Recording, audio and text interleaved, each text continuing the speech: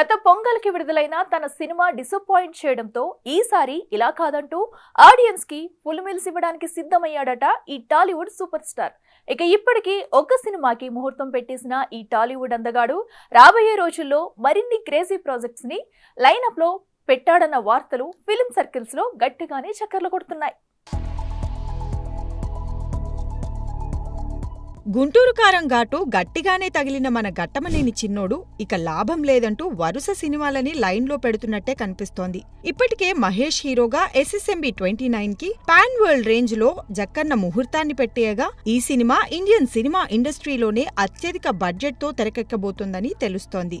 అయితే గరుడ అంటూ cinema title పై social మీడియాలో ప్రచారం జరుగుతున్నా ఎలాంటి అప్డేట్ ఇవ్వనప్పటికీ త్వరలోనే ఈ సినిమా షూటింగ్ మొదలు పెట్టబోతున్నాడన్న వార్తలు మహేష్ అభిమానులని తెగమురిపిస్తున్నాయి. ఇక సినిమా అంటే మినిమం 3 ఏళ్లు తీసుకునే రాజమౌళి ఆ తర్వాతే మహేష్ ని బయటకు విడుస్తాడని సమాచారం. అయితే ఆ తర్వాత మాత్రం అభిమానులని డిసప్పాయింట్ చేయకూడదని ఫిక్స్ అయిన మన సూపర్ స్టార్ మహేష్ సినిమాలని వరుసగా లైన్ లో పెట్టడానికి రెడీ అవుతున్నాడట.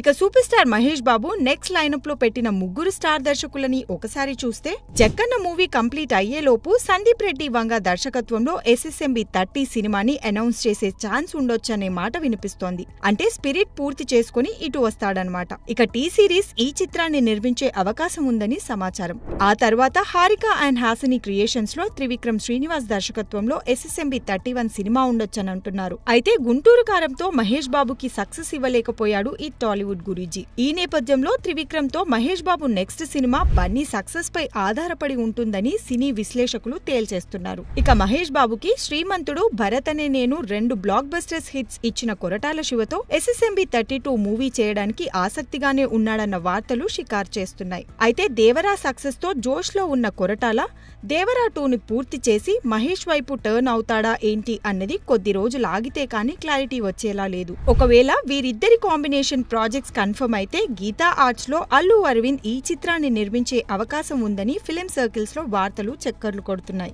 ఏదేమైనా జక్కన్నతో చేసే సినిమాకి దాదాపు 3 ఏళ్లు కేటాయిస్తున్న మహేష్ ఆ తర్వాత వరుసగా సినిమాలని లైనప్ లో పెడుతూ మీకెప్పుడూ దగ్గరగానే ఉంటానంటూ హింట్ ఇస్తున్నాడు ఈ Burripalem బుల్లెడు. For more videos like this, subscribe Big TV channel.